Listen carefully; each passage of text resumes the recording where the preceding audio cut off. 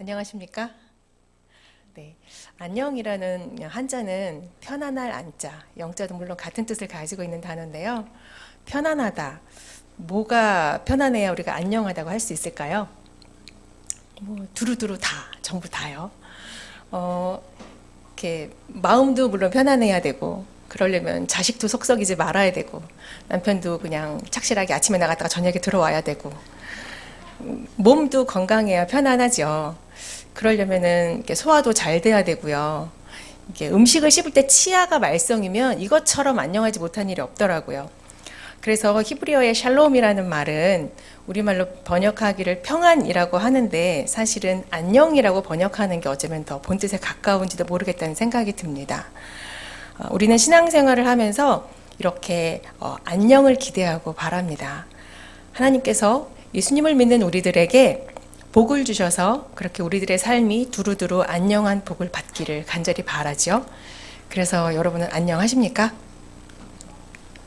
지금 매일 성경으로 큐티하다 보니까 요한계시록을 묵상하고 있는데요. 사실 요한계시록 바로 앞에 말라기가 잠깐 있었어요. 본문으로. 근데 그게 주말을 끼고 있어서 4일간의 본문이었는데 휙 지나가 버렸습니다. 근데 그렇게 지나가기는 조금 아까운 말씀이어서 함께 말라기를 살펴보았으면 좋겠다는 생각이 듭니다. 자, 말라기서 1장에 보면은요, 여호와께서 말라기를 통하여, 이런 거 보니까 말라기라는 선지자가 있었겠죠. 근데 말라기라는 말의 뜻은 나의 사자, 메신저라는 뜻입니다.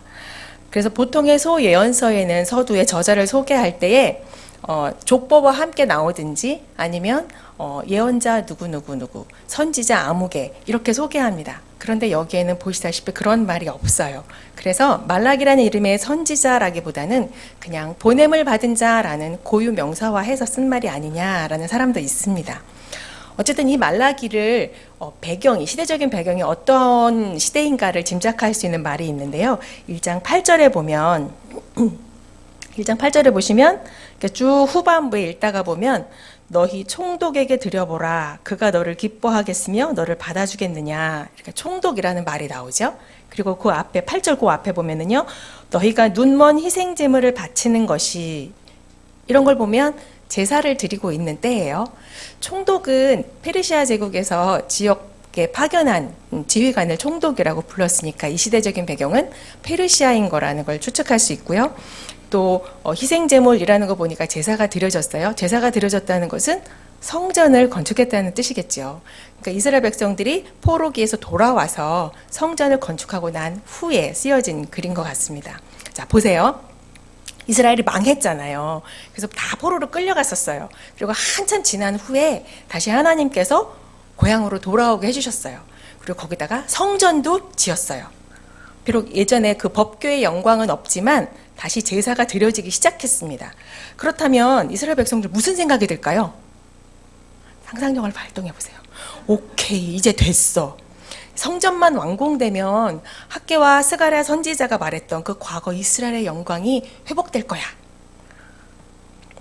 근데요, 아무리 기다려도 자신들은 여전히 페르시아 제국 치하에서 살아야 됐고 그들의 일상은 가난과 궁핍을 벗어나지 못했습니다. 하나님의 영광이 회복될 기미도 전혀 보이지 않았어요. 시간이 흘러가면서 이 유다 백성들은 하나님께 섭섭하고 마음이 상하기 시작했습니다. 하나님이 정말 우리를 도우시기는 하는 걸까? 우리가 진짜 언약 백성 맞아? 그거 옛날 우리나라 망할 때 함께 다 망해버린 거 아닐까? 우리 분명히 고향으로 돌아가라고 해서 돌아왔는데 우리가 잘못 들었나? 불안한 질문들이 그들의 마음을 채워갔습니다. 옛날에는 이스라엘과 예루살렘이 세계의 중심이라고 생각하고 살았어요. 그런데 외국에서 포로 생활하면서 봤더니 그렇게 자기들을 잡아간 제국들의 크기가 얼마나 대단한지를 보았습니다. 그거에 비하면 지금 자신들의 처지나 이 나라의 꼴이 너무나 초라하고 세상에서는 아무런 주목도 받지 못하는 하찮은 존재라는 것을 알게 되었습니다. 섭섭함은 냉담함으로 환멸과 배신감으로 계속해서 이어져 갔습니다. 여러분, 이것은요, BC 5세기를 살았던 이 시대 사람들만의 문제는 아닌 것 같습니다. 우리도 겪지 않나요? 교회 다니면 이러이러하게 될 거야. 예수 믿으면 이렇게 될 거야. 실제로 예수 믿었더니 내가 들었던 그런 말들이 일어나던가요? 안 일어나요. 이게 고작 예수 믿은 결과야? 이게 내가 휴가 빼먹어가면서 수련회 꼬박꼬박 가고 매 주일 예배 꼬박꼬박 드리고 헌금 바치고 이게 근데 그 결과야? 하는 마음이 들지 않나요? 나를 예수 믿게 하려고 했던 그 사람들의 말들 있잖아요. 근데 그 중에 이루어진 게 있냐고요. 그렇다고 이제 와서 에이씨 물러 괜히 믿었다 이렇게 할 수도 없고 그렇게는 못하겠지만 사실은 기대감과 함께 풍선에 바람이 빠지듯 마음이 식어가는 것이겠죠. 하나님과의 관계에서 이렇게 사랑이 식어버리면 그 자리에는 의무만 남습니다. 그리고 예배는 형식의 껍데기만 남아있게 되겠죠. 여러분 믿음이 뭘까요? 하나님의 약속을 붙잡고 그 하나님의 뜻이 그리고 그 뜻이 이루어지는 때를 기다리는 것이 믿음이 아닐까요? 근데 기다려도 기대하는 그 일이 안 일어나. 그럴 때 바로 우리들의 믿음은 도전에 직면하게 됩니다. 사랑의 감정은 메마르고 의무가 그 사랑을 대신하고 하나님을 내 삶의 변방으로 밀어내버리는 그런 우리들을 향한 하나님의 메시지가 바로 이 말라기서입니다. 1절을 보시면은요, 여호와께서 말라기를 통하여 이스라엘에게 말씀하신 경고라 이렇게 나와요. 보통은 여호와께서 하신 말씀이라 이렇게 해야 될 텐데 여기는 말씀하신 경고라 합니다. 경고를 한다는 건 아직 뭔 일이 안 일어난 거예요. 아직 사고는 안 일어났지만 계속 경고를 무시하면 곧 사고가 난다는 말이겠죠. 이 경고라 하는 말에 이 히브리어는 메사라는 말인데요. 무거운 짐을 말합니다. 그러니까 이 경고를 듣는 사람은 이 말씀에 따라 자신의 삶을 바꿔야 하는 거룩한 부담을 느껴야 한다라는 뜻입니다. 자, 본격적으로 살펴보기 전에요. 말라기는 약간 좀 재미있는 구조를 가지고 있어요. 크게 6가지의 주제를 다루고 있는데 이런 식입니다. 하나님이 먼저 말씀하세요. 야, 너 이러이러한 죄를 지었어. 그러면 백성들이 거기다 대꾸합니다. 우리가 언제요? 이렇게 대꾸해요. 그러면 하나님의 그 뒤에다가 조곤조곤히 이러이러했잖아 라고 말씀하시죠.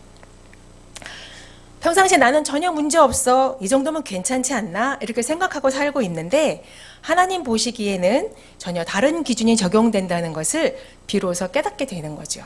그래서 말라기는 우리 신앙생활을 점검하는 거울이 되기도 합니다.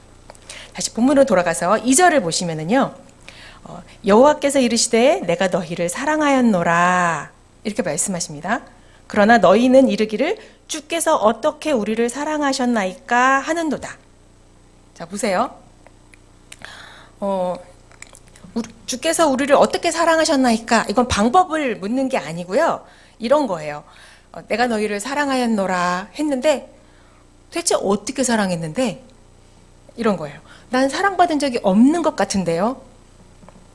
왜냐하면 난 너무 힘들어. 인간관계도 힘들고 경제적인 여건도 너무 힘들고 몸도 병약하고 우리가 하나님께 사랑받았다고 말씀하시는데 도무지 실감이 안 됩니다. 이 말은 백성들이 하나님께 그동안 기대했던 바가 무엇인지를 보여줍니다.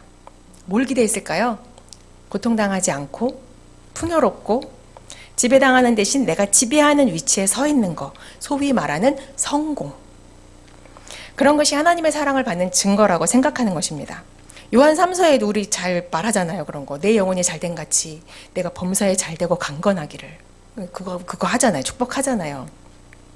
하나님을 믿으면 영혼이 편안하고 또 범사가 잘되고 이 범사가 잘된다는 말을 흔히 그냥 물질적인 풍요라고 우리는 애둘러서 생각합니다. 그리고 강건하기를. 몸도 건강해야 돼. 그것이 하나님의 사랑을 받는 증거겠죠. 근데 현실은 어떠합니까? 늘 불안해. 늘 쪼들려. 몸도 그닥 건강하지 않아. 그러니까 이런 말이 터져 나오는 거예요. 우리를 언제 사랑하셨는데요? 대체 어떻게 우리를 사랑하셨는데요? 우리는 하나님을 대단히 오해하는 경향이 있습니다. 그분이 나를 사랑한다라고 성경에 늘 말씀하시고 또 뭐 그런 증거라도 되듯이 성경에 보면 그런 거 있잖아요. 이렇게 그 이스라엘 외에 그 뭐 이방 민족들을 멸절시키시잖아요. 아말렉을 멸하시고 또 가나안에 입성할 때 가나안의 여러 종족들을 다 진멸하라 이렇게 명령하시지 않습니까? 근데요, 그것이 나만 사랑하고 나의 만족만을 위해 존재하시는 하나님으로 오해하게 하는 것 같습니다. 아니요. 그들을 하나님께서 멸절시키신 것은 그들의 오랜 죄악에 대한 기다림의 보응으로 이루시는 하나님의 징계입니다. 하나님은 오히려 우리에게 요구하시는 삶이 어떤 것이냐면 다른 사람들, 특히 고통받고 약한 사람들을 소중하게 여기는 존중의 삶을 살라고 하십니다. 내가 가진 특권을 포기하면서까지도 누군가를 잘 대해주는 그런 삶을 살기를 바라시지요. 그러니까 백성들의 기대는 내가 바라는 걸 들어주는 신. 근데 아무리 기다려도 내가 바라는 게 안 나와. 그러니까 이 신이 아닌가 봐요 하면서 다른 신들을 기웃거립니다. 하나님이 요구하시는 그런 삶을 살게 되는 것, 그러니까 즐겁게 기꺼이는 아니라 할지라도 억지로 막 이렇게 겨우겨우 산다 할지라도 누군가를 존중하고 내 특권을 포기해서라도 그런 사람들을 배려하는 착한 삶을 살게 된다면, 만약에 그렇게 살게 된다면 그것은 내가 착해서가 아니라 하나님께서 날 사랑하시는 증거라는 거예요. 그런 삶을 사는 것 자체가. 우리가 바라는 것과는 참 많은 차이가 있지요. 그래서 어떻게 우리를 사랑했는데요? 라고 대꾸하는 이런 백성들을 향해서 하나님이 이렇게 말씀하십니다. 2절 하반절에 가면은요. 나 여호와가 말하노라 에서는 야곱의 형이 아니냐 그러나 내가 야곱을 사랑하였고.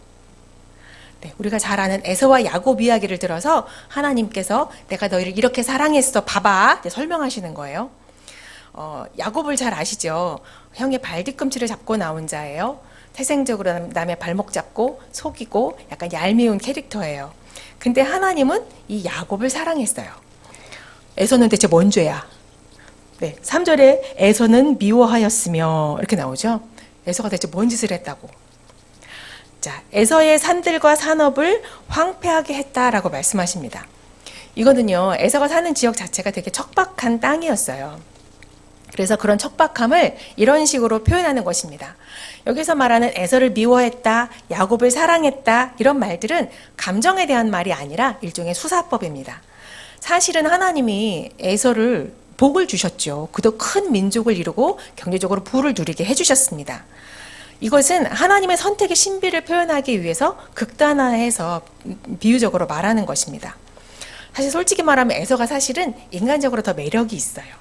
요즘 시대로 따지면 야곱 같은 남자 별로, 초식남 별로 매력이 없어요. 에서는 활동적이고 에너제틱하고 막 나가서 이렇게 활동적으로 움직이고 멋있잖아요. 자, 근데 하나님은 그런 에서가 아닌 야곱을 선택하셨어요. 왜요? 야곱을 선택 왜 하셨죠? 그러게 말이에요. 왜 하셨는지 몰라요. 우리가 알다시피 야곱은 기본적인 선택의 조건을 충족시켜주는 사람이 아닙니다. 그런데도 하나님은 야곱을 선택하셨어요. 이걸 전문적인 용어로 은혜라고 합니다. 네, 야곱은요 하나님의 선택을 믿고 자신이 그런 얄팍한 인위적인 수단을 써서가 아니라 그냥 하나님의 선하신 방식을 따라서 복 주실 때까지 기다렸어야 했는데 그러질 못했죠. 자기가 수를 써서 만들어서 가집니다. 근데요 이게 가졌어요. 그렇게 야곱이 장자의 권리를 붉은 죽 한 그릇에 사가지고 가졌어요. 그러면 그 이후로 장자의 삶을 살던가요? 아니요. 오히려 더 격한 파도에 휩쓸려서 살아가지요. 성경에 나타난 최초의 노숙자 바로 야곱입니다. 이게 당시에는 이 고대 근동에는 나그네 환대법이라는 것이 있었어요. 그런데도 불구하고 이 야곱이 노숙했다라고 하는 것은 이 세상 어느 곳에서도 받아들여지지 못할 만큼 그가 철저하게 고독하고 외로운 삶으로 내몰렸다는 뜻입니다. 바로 그곳에서 이제 하늘에 사다리가 내려오고 천사가 오락가락하고 하나님을 거기서 비로소 만나게 되지요. 하나님을 경험합니다. 그리고 이제 외삼촌 집까지 가요.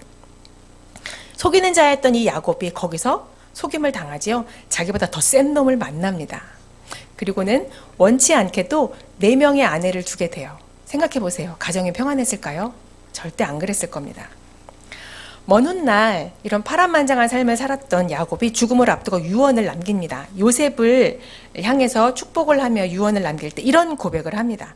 창세기 49장 24절로 26절까지 말씀을 같이 한번 읽어보겠습니다. 시작. 요셉의 활은 도리어 굳세며 그의 팔은 힘이 있으니 이는 야곱의 전능자 이스라엘의 반석인 목자의 손을 힘입음이라. 내 아버지의 하나님께로 말미암나니 그가 너를 도우실 것이요 전능자로 말미암나니 그가 내게 복을 주실 것이라. 위로 하늘의 복과 아래로 깊은 샘의 복과 젖먹이는 복과 태의 복이리로다. 내 아버지의 축복이 내 선조의 축복보다 나아서 영원한 산이 한없음 같이 이 축복이 요셉의 머리로 돌아오며 그 형제 중 뛰어난 자의 정수리로 돌아오리로다. 네, 26절 이대로 냅둬보세요. 자, 요셉을 축복할 때 적들이 요셉한테 활을 쏴도 요셉의 활이 더 굳세고 힘이 있대요. 그 이유가 뭐냐면 야곱, 자신의 전능자 이스라엘의 반석인 목자 여호와를 힘있기 때문이라. 그리고 그분이 요셉 너를 도울 것이고 그분이 너에게 복을 주실 것이다. 이상하지 않아요? 옛날에는 그 복이 자기가 뭔가 술을 써서 이렇게 확 땡겨오면 될 거라고 생각했는데 이제 그것이 아니라고 말하고 있는 거예요. 그러면서 26절에 보시면 내 아버지의 축복이, 자기 야곱의 축복이 내 선조의 축복보다, 야곱의 선조가 누굽니까? 아브라함과 이삭을 말해요. 지금 야곱이 하는 그 축복의 내용이, 그 크기가 아브라함과 이삭의 축복의 내용과 크기보다 나아서 더 우세하다, 더 이기다라는 뜻입니다. 진정한 기도는 그가 하나님을 알고 체험한 만큼, 믿는 만큼 기도하게 됩니다. 사람은요, 자기가 하나님을 아는 만큼, 경험한 만큼의 크기로 기도하게 되어 있습니다.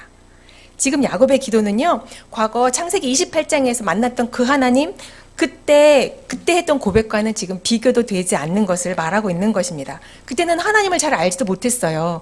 어디에나 계시는 하나님을 과연 하나님이 여기 계시거늘 그제서야 알아보는 그런 실력이었습니다. 기도의 내용도 자신의 신변 안전을 위하는 것뿐이었습니다. 그러나 지금 임종을 앞둔 야곱의 고백은요, 봐라, 하나님을 아는 것에 관해서는 내가 아브라함이나 이삭보다도 더 낫다. 왜요? 지금까지 야곱의 인생 동안 겪어왔던 그 고난이 자신으로 하여금 하나님을 알게 했고, 그래서 그 기도의 크기를, 그 깊이를 깊게 만들었다라고 말하는 겁니다. 복이라는 것은 내가 수를 써서 사기를 치고 애를 써서 얻어내는 게 아니라 이 모든 축복이 나를 여기까지 인도하신 하나님으로부터 말미암는다. 그러니까 잘 먹고 잘 사는 게 복이 아니라 바로 그 하나님을 알아가고 경험하는 것이 바로 최고의 복이더라. 그걸 지금 말하고 있는 겁니다. 아버지만큼이나 우여곡절 많은 삶을 살았던 요셉은 이 말이 얼마나 큰 축복인지 대번에 알아들었을 것입니다. 근데 지금 이스라엘 백성들은, 이 말라기 시대의 이스라엘 백성들은, 그리고 우리들은 하나님을 경험하고 알아가는 것이 최고의 복이라고 여기나요? 물량적인 복을 기대하고 있는 사람들에게 하나님께서 내가 너를 사랑했다 라고 말하니까 믿어지지 않는 것입니다. 요셉이 결국에는 해피엔딩으로 부유해지고 좋아져서 그래서 하나님께 사랑받았다고 말하는 것이 아니라는 것이죠. 그들의 삶의 여정이 험난했지만 그 속에서 하나님을 경험하여 알게 된 것이 복이며 그것이 하나님 사랑의 증거라는 것입니다. 그럴 만한 자격이 없는 사람들이었는데도 말이죠. 하나님은 우리가 바라는 대로, 우리가 아는 범위 내에서만 그렇게 움직이시는 분이 아니십니다. 5절을 볼까요? 말라기 1장 5절을 보시면 너희는 눈으로 보고 이르기를 여호와께서는 이스라엘 지역 밖에서도 크시다 하리라. 하나님의 주권은요, 이스라엘에만 한정되시는 분이 아닙니다. 이방 지역에까지 주권을 행사하시고 역사의 진정한 주인이 바로 하나님이십니다. 내가 아는 것보다 훨씬 더 그 크신 하나님이 그 하나님의 신비 안에서 야곱을 사랑했던 것처럼 나를 선택하시고 사랑했다는 것입니다. 천국에 가면은요, 3번 놀란다며요. 저 사람도 왔어? 아우, 그분이 안 왔어. 그러다가 내가 어떻게 여기 왔지? 이렇게 3번 놀랜대요. 네, 하나님의 선택은 신비해요. 어떻게 내가 여기 왔지? 선택받은 자의 어떤 면이 조건이 될 수 없습니다. 하나님이 일하시는 방법은요, 우리들의 인간적인 도덕 감정으로 판단할 수 없습니다.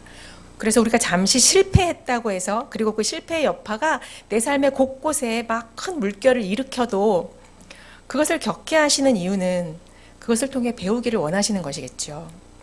삶의 풍파에도 불구하고 여전히 하나님은 내 인생의 주인이시다.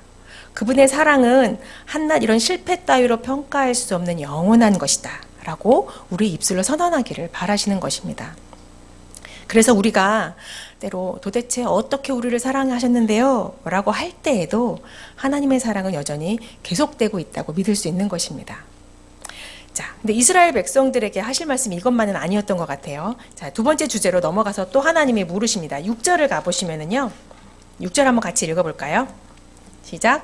내 이름을 멸시하는 제사장들아, 나 만군의 여호와가 너희에게 이르기를 아들은 그 아버지를, 종은 그 주인을 공경하나니 내가 아버지일진데 나를 공경함이 어디 있느냐?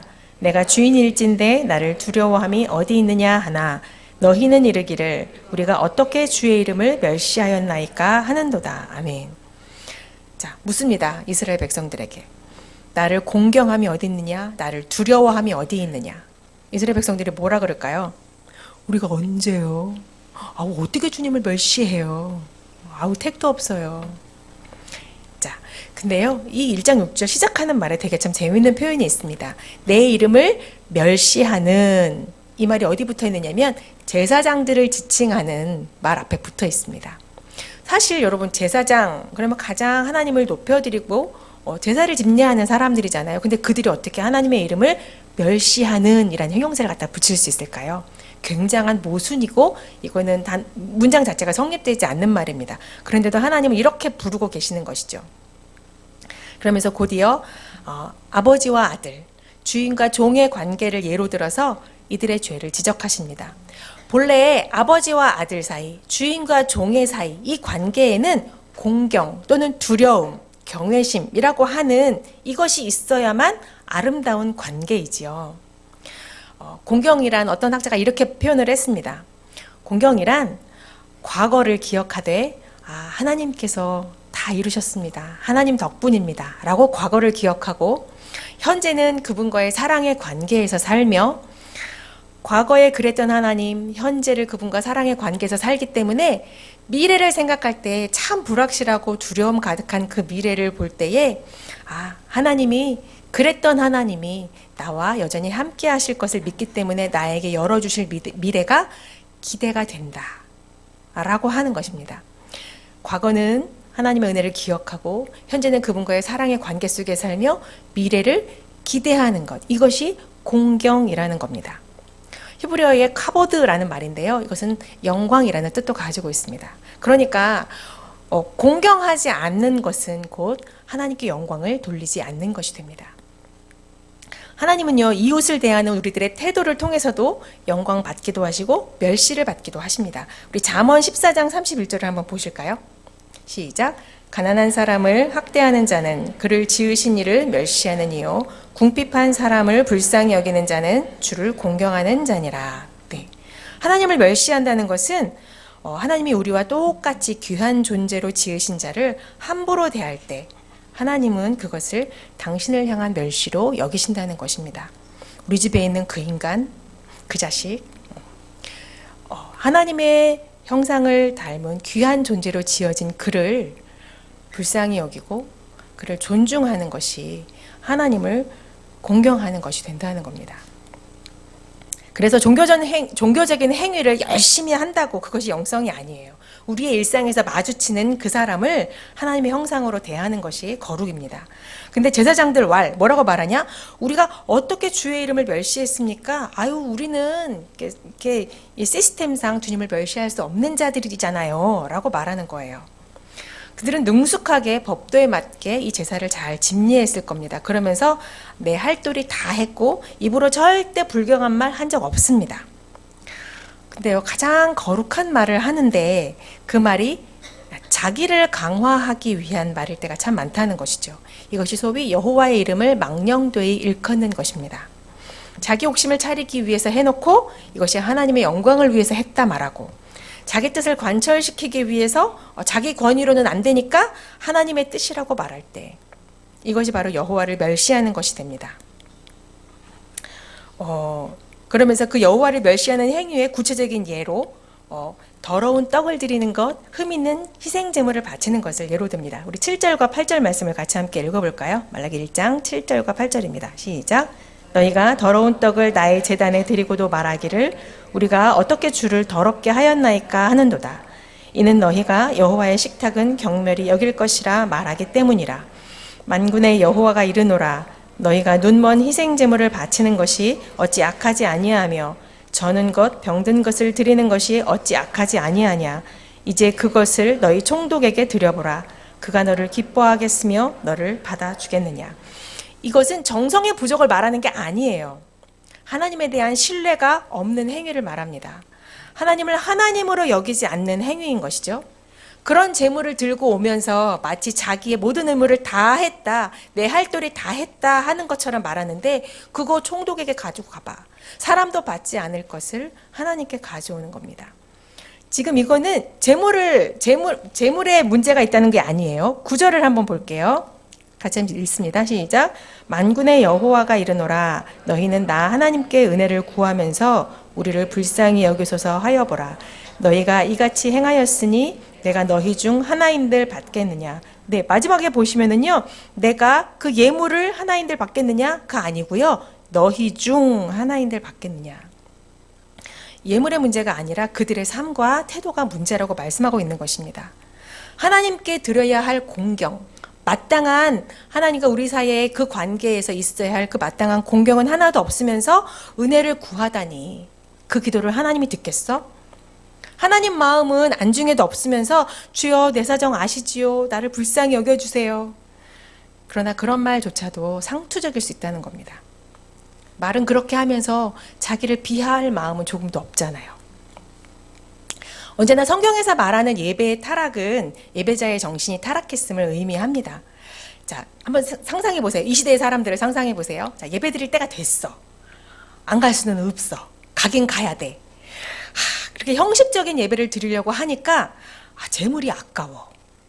그래서 가져가기는 가야 하는데 아까운 마음에 못 쓸 것들만 가져가는 겁니다. 만약에 여러분 연인 관계에서 상대가 이런 마음으로 나를 만나주고 있다면 어떨까요? 그렇게 마지못해서 최소한의 의무로만 나를 대한다면 얼마나 기가 막힐까요? 그런 관계는 지속할 필요가 없겠지요. 헤어지면 돼요. 근데 우리 하나님은 우리를 버릴 수도 없는 분이지 않습니까? 여러분의 예배는 어떠십니까? 여러분의 최고의 마음을 가지고 나아오시나요? 사랑하는 그분을 뵙는 기쁨과 기대감이 있습니까? 아니면 마지못해 그 자리를 지켜야 하기 때문에 최소한의 의무감으로 나옵니까? 사람도 기뻐하지 않을 것을 가지고 가면서 하나님께 드린답시고 가지고 와요. 그러면서 그런 태도로 나아올진데 하나님께서 그 마음을 모르시겠냐는 거예요. 자, 근데 한 가지 더 생각해 볼 것은 어떻게 이런 일이 일어날 수 있을까? 왜 이게 가능할까? 어떻게 흠 있는 재물이 통과돼서 재물로 바쳐질 수 있을까라는 거예요. 원래 성전 앞에는 그 재물들을 검사하는 검사관들이 있었거든요. 근데 어떻게 이게 통과돼서 다 재물로 바쳐질 수 있었을까요? 제사장들이 눈 감아줬거든요. 왜냐하면 이거 흠이 있다고 이나마다 돌려보내면 당장 그 여파가 제사장들에게 돌아오거든요. 이거라도 받아야 먹고 사니까요. 지도자들이 먼저 타락했기 때문에 그렇습니다. 예배가 상업적인 거래와 다를 바가 없어요. 그러니까 부당한 수익을 얻고서 그 죄책감에 조금이라도 이 무거운 마음을 덜어보고자 헌금이라도 많이 해야지. 이런 얄팍한 거래가 얼마든지 일어날 수 있다는 것입니다. 자, 12절과 13절에도 계속됩니다. 12절로 가볼게요. 시작. 그러나 너희는 말하기를 여호와의 식탁은 더러워졌고 그 위에 있는 과일 곧 먹을 것은 경멸이 여길 것이라 하여 내 이름을 더럽히는도다. 만군의 여호와가 이르노라. 너희가 또 말하기를 이 일이 얼마나 번거로운고 하며 코웃음치고 훔친 물건과 저는 것 병든 것을 가져왔느니라. 너희가 이같이 봉헌물을 가져오니 내가 그것을 너희 손에서 받겠느냐. 이는 여호와의 말이니라. 이것은요, 예배 형식을 경건하게 중요하게 여겨라, 헌금을 많이 해라, 최고의 재물을 가져와라, 정성을 보여라, 이런 말이 아닙니다. 제사를 드리는 너희들의 마음, 하나님을 하나님으로 여기지 않는 너희들의 마음이 얼마나 오염되어 있는지 보라는 것입니다. 그러면서도 자기는 아무 문제 없다는 듯이 신앙생활 잘한다고 생각하는 그 착각에서 빠져나오라고 하는 것입니다. 그래서 하나님은 결국 이렇게 말씀하십니다. 10절 가보겠습니다. 10절. 시작. 만군의 여호와가 이르노라. 너희가 내 제단 위에 헛되이 불사르지 못하게 하기 위하여 너희 중에 성전문을 닫을 자가 있었으면 좋겠도다. 내가 너희를 기뻐하지 아니하며 너희가 손으로 드리는 것을 받지도 아니하리라. 차라리 성전문 닫자. 참 조심스럽고 죄송한 말이지만 우리를 바라보면서 세상 사람들이 교회는 참 좋은 곳이야. 그래도 거기 가면 좀 새로운 삶이 있어. 이런 말보다는 어떻게 말하나요? 교회를 경멸하고 교인들을 조롱하고 교회 다니는 사람들을 그들은 헌금을 강요하고 너무 배타적이고 집단적인 열광주의를 보이는 이런 사람들로 떠올리곤 합니다. 가장 아름답고 거룩해야 할 것이 타락해버린 현실이 참 슬프죠. 이것을 바라보시면서 하나님이 성전문 닫고 싶어 하십니다. 세상에 교회가 존재해야 하는 이유가 뭘까요? 예수 믿으면 복받아. 교회 다니면 일이 잘 풀려. 네, 저도 이런 말 해보고 싶어요. 근데 여러분, 우리가 자랑하는 십자가가, 우리가 자랑하는 그리스도가 과연 그런 분이십니까? 주님은 당신의 목숨을 바쳐서 다른 사람의 생명을 풍요롭게 하신 그런 하나님이십니다. 우리가 자랑하는 십자가는 풍요를 상징하지 않아요. 네, 죽음을 뜻합니다. 그런데 우리는 죽을 생각은 전혀 하지 않고 나를 선물로 주는 것 대신 오히려 받을 생각만 하고 있지요. 이것이 우리들의 현실입니다. 그러니 하나님이 성전문 닫자, 차라리 닫자 하십니다. 그럼 이건 다 끝내자는 말인가요? 이제 끝내자는 말이 아니고요. 이런 예배는 그만하자라는 거예요. 이렇게 삶은 고쳐지지 않은 채로 무의미하게 그리고 하나님과 거래하듯이 이렇게 하는 종교 행위는 이제 이걸로 끝내자. 근데 정말로 이 말라기를 끝으로 성전문이 닫힙니다. 그럼 하나님은 이 예배를 대체 어떻게 하자는 걸까요? 어떤 예배를 원하시는 걸까요? 자, 11절을 가서 함께 읽어보겠습니다. 11절입니다. 시작. 만군의 여호와가 이르노라. 해 뜨는 곳에서부터 해 지는 곳까지의 이방 민족 중에서 내 이름이 크게 될 것이라. 각처에서 내 이름을 위하여 분향하며 깨끗한 제물을 드리리니 이는 내 이름이 이방 민족 중에서 크게 될 것임이니라. 아멘. 자, 이방 민족 여기 보면 깨끗한 제물을 가지고 올 거라고 말하죠. 깨끗한 제물. 이 제물의 실체가 뭘까요? 깨끗한 흠없는 제물. 네, 예수 그리스도를 예표하는 것입니다. 그분이 이 땅에 흠없는 제물로 오셔서 십자가라는 그 제단 위에 희생 제물이 되어서 드려지셨습니다. 말라기가 결국 말하려고 하는 참된 제사라는 것은 형식과 이런 오염된 종교 행위가 아니라 흠없는 제물로 바쳐진 예수 그리스도, 그분을 노래하고 그분께만 영광이 되는 예배, 그리고 그분이 회복시키실 참된 예배를 바라보게 하려는 것입니다. 근데 이것이요, 이방 민족 중에서요. 소위 스스로를 자신이 하나님의 백성이다라고 말하는 그런 사람들은 지금 하나님을 멸시하지만 하나님은 이방 민족 중에 하나님을 경외하는 자들을 일으켜 세운다고 말씀하십니다. 이게 하나님께서 하시는 일이십니다. 아유, 살기 어려우면 좀 헌금 좀 이렇게 할 수 있죠. 다들 그러는데요, 뭐. 그렇게 말하지 마십시오. 하나님의 말씀에 공감하고 지금도 하나님의 뜻대로 살기를 결단하는 그런 경건한 자들을 하나님은 찾으십니다. 그들을 통해서 하나님의 영광이 드러나게 하십니다. 불행히도 좀 전에 말씀드렸던 것처럼 아유, 살기 어려워서 아유, 나만 그러는 거 아닌데 뭐 다들 그러고 사는데요. 이렇게 자신의 불경을 합리화하던 사람들은 그 영광의 자리에 함께 서지 못할 것입니다. 나는 큰 임금이요 내 이름은 이방 민족 중에서 두려워하는 것이 됨이니라. 만군의 여호와의 말이니라. 삶으로 주님을 부정하는 것이 아니라 비록 우리들의 언어는 어눌하고 비종교적으로 보일 수도 있지만 우리들의 삶은 하나님을 공경하는 삶이 되기를 바랍니다. 그분 앞에서는요, 아무도 그 마음을 숨기지 못할 거예요. 정말 여러분은 안녕하신지, 과연 내가 바라는 안녕한 삶은 어떤 것인지, 그리고 하나님을 사랑하는 내 마음이 과연 안녕한지 돌아보셨으면 좋겠습니다. 우리 함께 찬양하고 같이 기도합니다. 내가 주인 삼은 모든 것 내려놓고 찬양 드리겠습니다.